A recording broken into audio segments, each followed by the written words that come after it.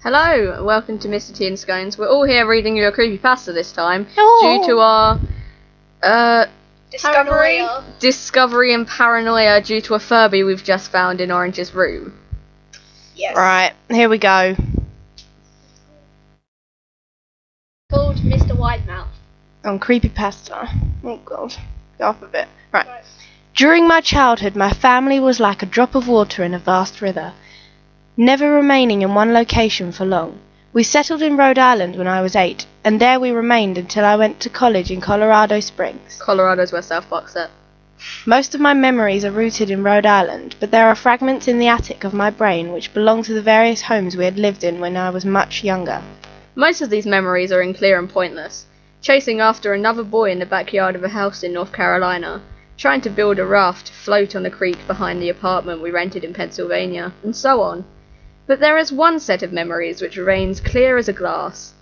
It is as though they were made yesterday. I often wonder whether these memories are simply lucid dreams produced by the long sickness I experienced that spring, but in my heart, I know they were real.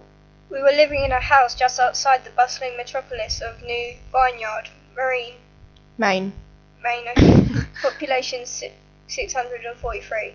It was a large structure, especially for a family of 3. There were a number of rooms that I didn't see in the 5 months we resided there. Resided.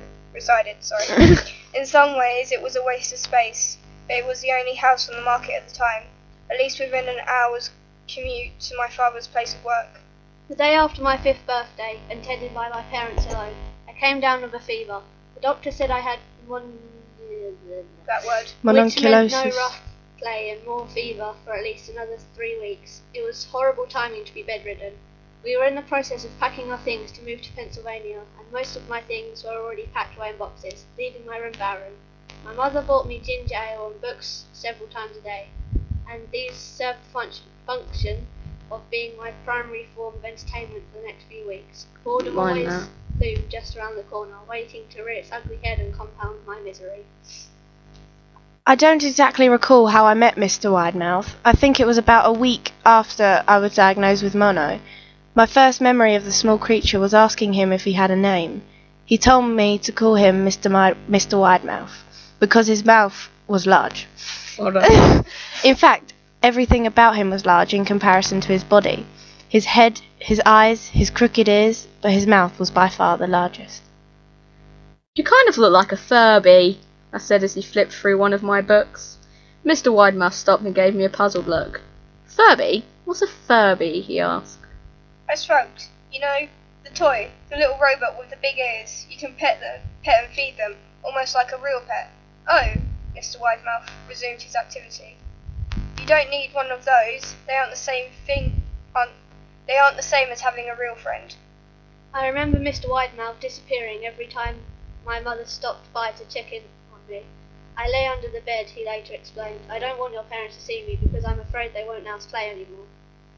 We didn't do much during those first few days. Mr. Widemouth just looked at my books, fascinated by the stories and pictures they contained. The 3rd or 4th morning after I met him, he greeted me with a large smile on his face. I have a new game we can play, he said. We have to wait until after your mother comes to check on you, because she can't see us play it. It's a secret game.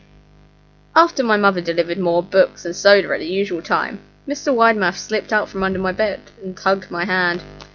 We have to go to the room at the end of this hallway, he said. I objected at first, as my parents had forbidden me to leave my bed without their permission, but Mr. Widemouth persisted until I gave in. The room in question had no furniture or wallpaper. Its only Distinguishing. feature was a window opposite the doorway. Mr. Widemouth darted across the room and gave the window a firm push, flinging it open. He then beckoned me to look out at the ground below. We were on the 2nd story of the house, but it was on a hill, and from this angle the drop was further than 2 stories due to the incline. I like to play pretend up here, Mr. Widemouth explained. I pretend that there is a big, soft trampoline below this window, and I jump. If you pretend hard enough, you bounce back up like a feather. I want you to try. I was a 5-year-old with a fever, so only a hint of skepticism darted through my thoughts as I looked down and considered the possibility. It's a long drop, I said. But that's all a part of the fun. It wouldn't be fun if it was only a short drop. If it were that way, you may as well just bounce on a real trampoline. I toyed with the idea, picturing myself falling through thin air only to bounce back to the window on something unseen by human eyes. But the realist in me prevailed. Maybe some other time, I said. I don't know if I have enough imagination. I could get hurt. Mr. Widemouth's face contorted into a smile, but only for a moment. Anger gave way to disappointment. If you say so, he said. He spent the rest of the day under my bed, quiet as a mouse. The following morning, Mr. Widemouth arrived holding a small box. I want to teach you how to juggle, he said. Here are some things you can use to practice before I start giving you lessons. I looked in the box. It was full of knives. My parents will kill me, I shouted, horrified that Mr. Widemouth had brought knives into my room. Objects that my parents would never allow me to touch. I'll be spanked and grounded for a year. Mr. Widemouth frowned. It's fun to juggle with these. I want you to try. I pushed the box away. I can't. I'll get in trouble. Knives aren't safe to just throw in the air. Mr. Widemouth's frown deepened into a scowl. He took the box of knives and slid under my bed. Remaining there the rest of the day, I began to wonder how often he was under me. I started having trouble sleeping after that. Mr. Widemouth often woke me up at night, saying he put a real trampoline under the window. A big one that I couldn't see in the dark. I always declined and tried to go back to sleep, but Mr. Widemouth persisted. Sometimes he stayed by my side until early in the morning, encouraging me to jump. He wasn't so fun to play with anymore. My mother came to me one morning and told me I had her permission to walk around outside. She thought the fresh air would be good for me, especially after being confined to my room for so long. Ecstatic, I put on my sneakers and trotted out to the back porch, yearning for the feeling of sun on my face. Mr. Widemouth was waiting for me. I have something I want you to see, he said. I must have given him a weird look, because he then said, It's safe, I promise. I followed him to the beginning of a deer trail which ran through the woods behind the house. This is an important path, he explained. I've had lots of friends around about your age. When they were ready, I took them down this path to a special place. You aren't ready yet, but one day I hope to take you there. I returned to the house, wondering what kind of place lay beyond that trail. 2 weeks after I met Mr. Widemouth, the last load of our things had been packed into a moving truck. I would be in the cab of that truck, sitting next to my father for the long drive to Pennsylvania.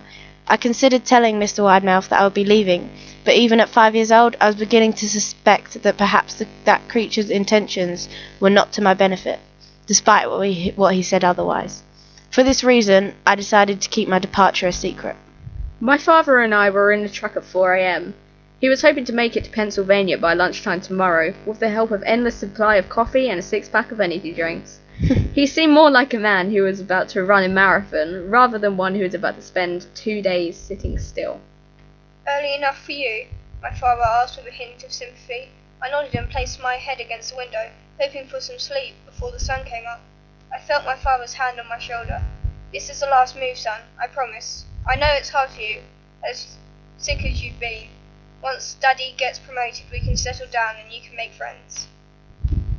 I opened my eyes as we backed out of the driveway. I saw Mr. Widemouth's silhouette in my bedroom window. He stood motionless until the truck was about to turn onto the main road. He gave a pitiful little wave goodbye, steak knife in hand. I didn't wave back. Dun, dun, dun. Years later, I returned to New Vineyard. The piece of land our house stood upon was empty except for this foundation. As the house burned down a few years after my family left, out of curiosity, I followed the deer trail that Mr. Widemouth had shown me. Part of me expected him to jump out behind a tree and scare the living bejesus out of me. But I felt that Mr. Widemouth was gone, somehow tied to the house that no longer existed. The trail ended at the New Vineyard Memorial Cemetery, lol. I noticed that many of the tombstones belonged to children. Oh, Well, That is the end. that was a very abrupt ending. yeah. I swear it's longer than that. We're going to go kill some Furbies now. Yes. Yeah, we're gonna go burn some.